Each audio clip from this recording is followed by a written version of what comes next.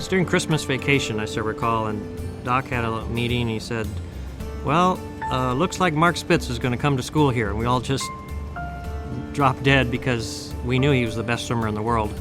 Had no idea that he was interested in coming to Indiana. Mark Spitz joined the Indiana swim team in 1968. So did his reputation.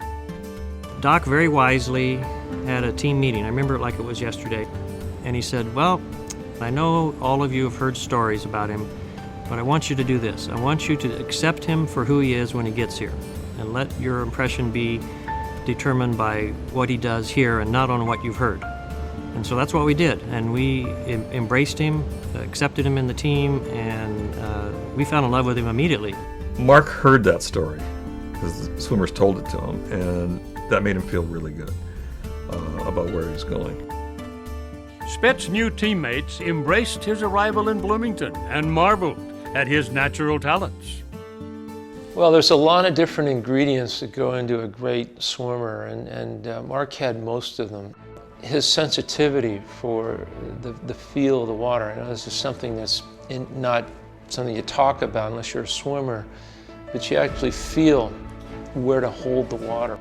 His ability to grab the water was at a level that I would refer to him as the Jascha Heifetz of swimming, because he was such a virtuoso at grabbing the water. I remember looking over, and we all kind of checked him out the first few days, first weeks or so.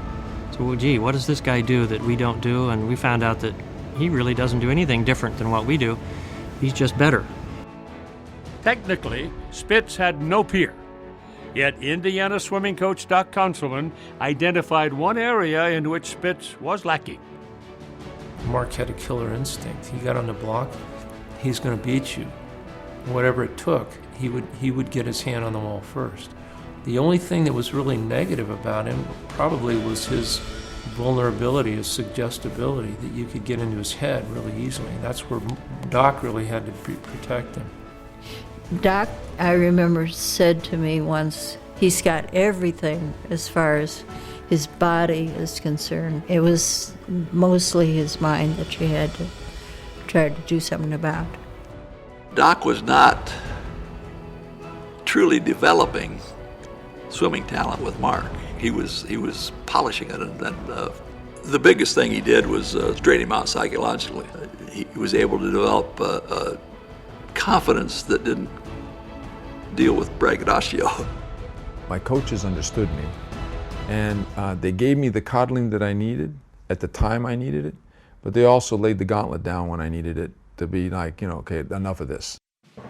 One of Conselman's motivational ploys involved a practice that came to be known as get-out swims. He didn't like workouts. Mark was not a good workout swimmer, but a great event swimmer. And once in a while, Doc would let Mark get out of workout if he did a particular swim. The rules are easy. Doc would pick the event and set a time, and if Mark beat that time, he got out of the rest of the workout. He'd say, okay, great, if you can get up and swim the 100-meter butterfly in break, I think it was 50 seconds. Now, I had the American record of 49.1. So breaking 50 seconds in workout in the middle of the season, shaved, untapered, is like, oh yeah, right. But I caught on real quickly because I said, Doc, can I go over and just kind of loaf and loosen down a little bit? And he goes, sure. I wasted and milked that for 20 minutes. Then I'd get out and I'd dry off for another 10 minutes. So meanwhile, I got out of workout. And then with about 30 minutes left in the workout, I'd get up and I'd go just blast one off, and I'd went like 49.8.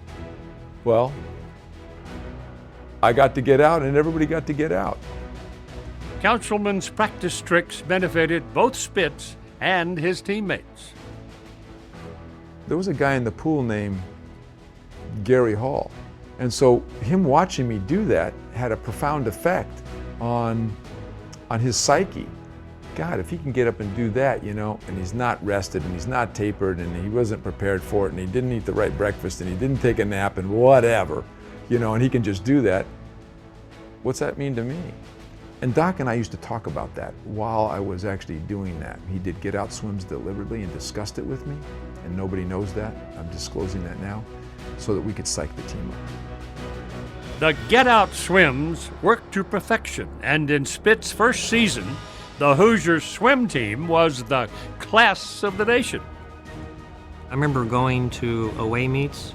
We'd go to other Big Ten schools, and the place would be packed. And they didn't come to see their team, they came to see Mark.